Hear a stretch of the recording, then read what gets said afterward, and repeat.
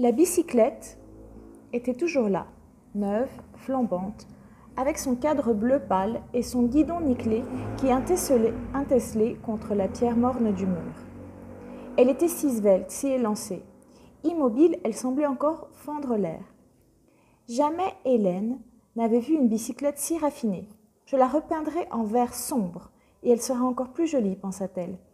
Elle s'écarta de la fenêtre avec dépit. À quoi cela servait-il d'être là, à regarder, à palpiter? Depuis 8 jours, elle n'avait rien su faire d'autre. Une si belle proie. Elle y pensait sans cesse. 20 fois dans la journée, elle se penchait à la fenêtre pour la contempler. Mais elle n'avait pas encore été capable de la prendre. Je m'affadis, pensa-t-elle tristement. Quand elle était petite, elle faisait ce qu'elle avait envie de faire sans jamais hésiter. Elle essuya son pinceau à son tablier. Voilà, elle était arrivée au bout de la journée. Demain, une autre journée recommencerait toute pareille. Elle tira de son sac un morceau de carton quadrillé. 20 novembre 1934. Elle badigeonna en gris la case vide. Gris, noir. Seulement 2 journées rouges depuis le début du mois. En bas, le carillon tinta. Hélène descendit l'escalier. Un petit garçon, au milieu de la boutique, regardait les bocaux de bonbons d'un air timide. « Vous désirez ?» dit Hélène. « Je voudrais ça », dit le petit garçon en pointant l'index vers une truffe au chocolat. Hélène prit la truffe avec une pince et l'enveloppa dans un papier de soie. « Ça fait 1 franc. » Elle jeta le franc dans le tiroir de la caisse et suivit des yeux à travers la vitre le petit garçon qui remontait la rue en grignotant sa bouchée. Il rentrait chez lui. Tout le monde rentrait. C'était une heure triste. Ils allaient rentrer aussi. La nuit tombait sur les pralines. Hélène sentit dans sa bouche un goût quotidien de graisse figée. Elle ouvrit la porte qui donna sur la cour. Le guidon, les pare-boues brillaient dans l'ombre. Hélène s'approcha. Ça devait être voluptueux de s'asseoir sur cette belle selle jaune et de saisir le guidon entre ses mains. Elle jeta un coup d'œil vers la loge.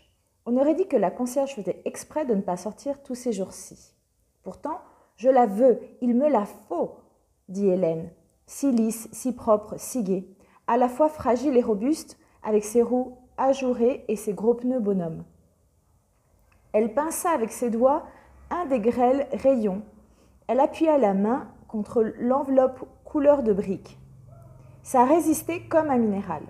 C'était étrange de penser qu'il n'y avait là qu'une mince membrane soufflée d'air. Hélène se recula un peu, comme elle avait l'air fière et libre. « J'irai partout où je voudrais. Je rentrerai tard le soir. Il y aurait ce rond de lumière qui me précéderait dans les rues silencieuses. J'entendrai en sourdine un doux froissement uni. Je la soignerai bien. J'aurai une petite burette comme les mécaniciens et je verserai de l'huile dans ses intestins. Pourvu qu'elle ne prenne pas peur, qu'elle ne la remonte pas dans son appartement. » Hélène avait si chaud à la tête, le désert faisait trembler ses joies et ses doigts. La première fois que la concierge sortira, dans le magasin, la sonnerie tinta. Elle se précipita. « Paul, quelle bonne idée !» dit-elle joyeusement. Il la prit dans ses bras et posa ses lèvres sur sa joue. Elle lui donna un baiser rapide. « Tu vas m'aider à fermer le magasin et puis nous monterons chez moi. Tu veux du chocolat ?»« Pas à cette heure-ci, dit Paul. Il ouvrit la porte et prit dans ses bras un des lourds bocaux alignés sur le trottoir. « Ça t'étonne toujours qu'on puisse refuser du chocolat, dit-il en riant. La première fois que je t'ai vu, tu voulais absolument m'en gaver. »« C'est mon seul moyen de séduction, dit Hélène. »« Tu m'as plu sans ça, dit Paul. »« C'est vrai, tu as toujours eu l'affection désintéressée, dit Hélène. » Elle sourit. « Tu m'emmènes dîner dehors ? J'ai un peu de sous. Je t'invite. »« Pas ce soir, dit Paul. Je donne avec un copain. »« Ah, dit Hélène. »« Demain, si tu veux, dit Paul. » Hélène se saisit d'un bocal sans rien répondre. Ce n'était pas une si grande fête, ces dîners avec Paul, mais c'était toujours mieux que les repas de famille. Et justement, ce soir, elle en avait envie. Demain, eh bien, c'était demain. Ils achevèrent de rentrer les bocaux en silence. « Qu'est-ce que tu as fait aujourd'hui » dit Paul d'un air gentil. J'ai travaillé. Qu'est-ce que tu veux que j'ai fait d'autre? Tu vas me montrer. Si tu veux, dit Hélène. Elle le fit entrer dans sa chambre et Paul s'approcha de la table. C'est rudement joli, dit-il. Tu sais, Verdier m'a dit que les 3/4 des dessins qu'ils ont vendus étaient de moi, dit Hélène. Mais tu verras, cette garce-là, elle me donnera encore pas un sou d'augmentation. C'était chaque fois pareil. Elle accueillait Paul avec plaisir et au bout de 5 minutes, elle s'ennuyait avec lui. Elle l'examina d'un air critique. Il était plutôt joli avec sa tignasse blonde et sa peau fraîche tachetée de roux. Mais sous le front buté, les yeux étaient trop tendres. La coquille était dure mais transparente. On apercevait au travers un innocent mollusque tout pareil à celui qu'on découvrait en soi. « À quoi tu penses » dit Paul. « Je trouve que la vie n'est pas amusante » dit Hélène. « Tu as pourtant de la chance » dit Paul. « Pense si tu devais travailler 8 heures par jour dans un bureau ou dans une usine. »« Autant vaut se suicider » dit Hélène.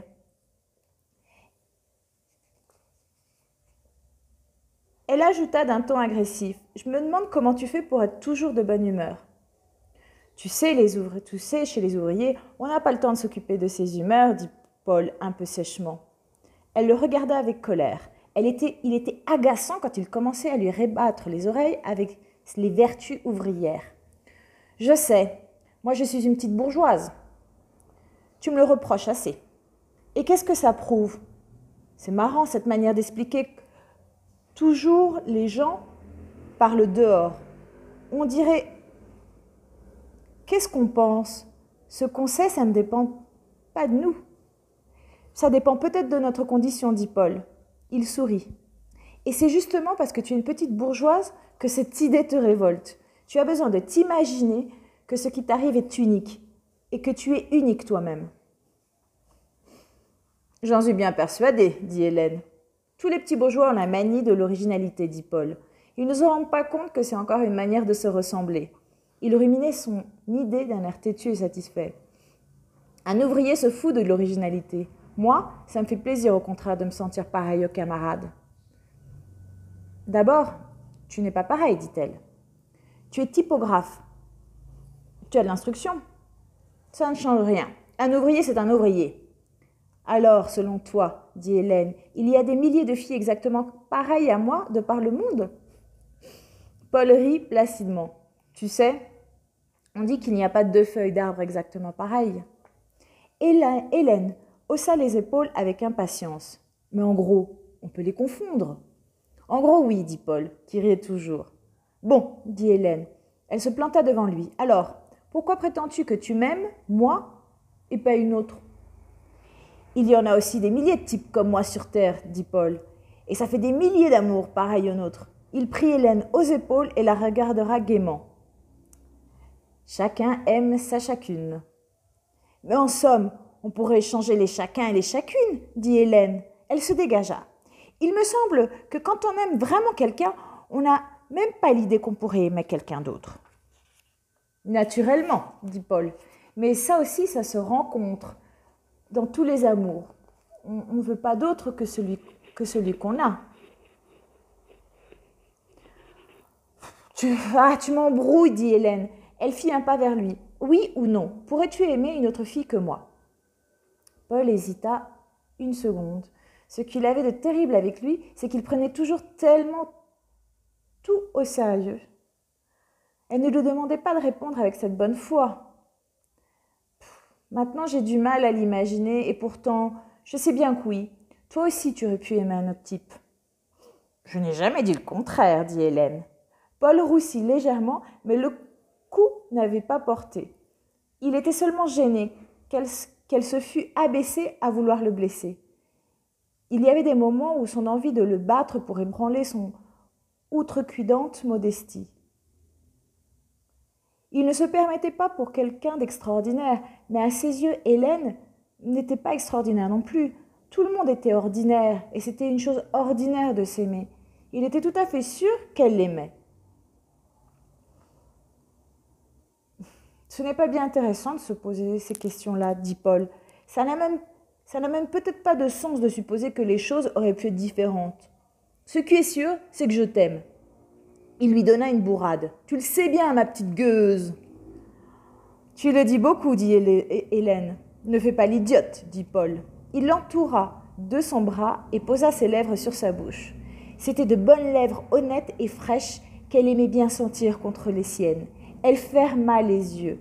Elle se sentait toute confortable avec ce bras solide autour d'elle et cette chaleur dans son corps et cette tendresse qui l'émitouflait.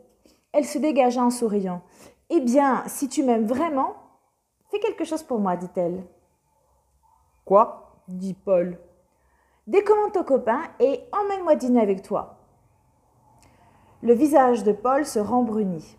« Je peux pas, dit-il. »« Dis plutôt que tu ne veux pas, dit Hélène. Elle lui tourna le dos, sortit un peigne de son sac et le passa dans ses cheveux embroussaillés.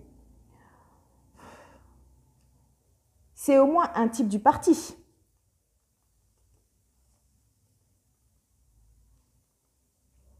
« Non, dit Paul avec empressement, c'est Blomard, tu sais. »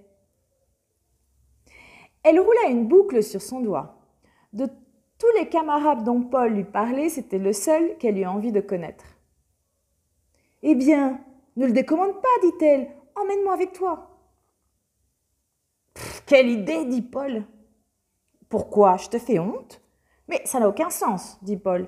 Je te dis que nous avons à causer très sérieusement. » « De quoi donc ? Ça ne t'intéresse pas. »« Justement, oui, ça m'intéresse. » Paul haussa les épaules, il avait l'air tout malheureux. « Je ne suis pas gentil, pensa Hélène. Mais quoi, depuis si longtemps ? Elle mijotait dans son propre sac, dans son propre sucre, elle avait besoin d'un peu de nouveauté. Si elle ne se souciait pas de ses intérêts, personne ne s'en soucierait pour elle. C'était la règle. Chacun se préférait. « Puisque je te dis que ça m'intéresse, dit-elle, tu peux bien m'expliquer. »« Eh bien, tu sais qu'il existe un tas de groupements syndicaux. Il en existe trop. Nous dispersons nos forces. Un congrès va s'ouvrir à Toulouse pour tenter de les unifier. Blomard est délégué par l'un d'eux.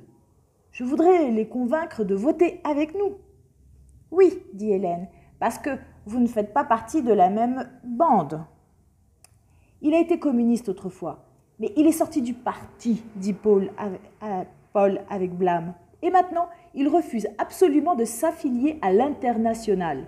C'est le vieux syndicalisme français qu'il veut ressusciter. Pas de politique. Les syndicats s'en cantonnent sur le terrain professionnel.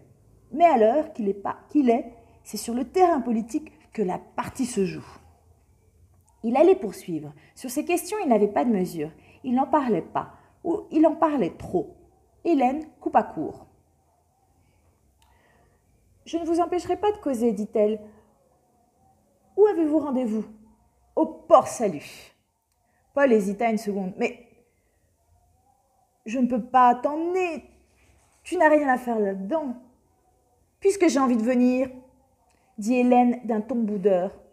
« Je t'en prie, dit Paul gentiment. Ne fais pas de caprice. Demain, nous sortirons ensemble. »« Demain ? Demain, ça ne m'amuse pas, dit Hélène. Sa voix se mouilla. Tu dis que tu m'aimes, et pour une pauvre petite faveur que je te demande. C'est drôle que tu ne veuilles pas comprendre, dit Paul avec un ton d'agacement. Je comprends très bien, ça ne se fait pas.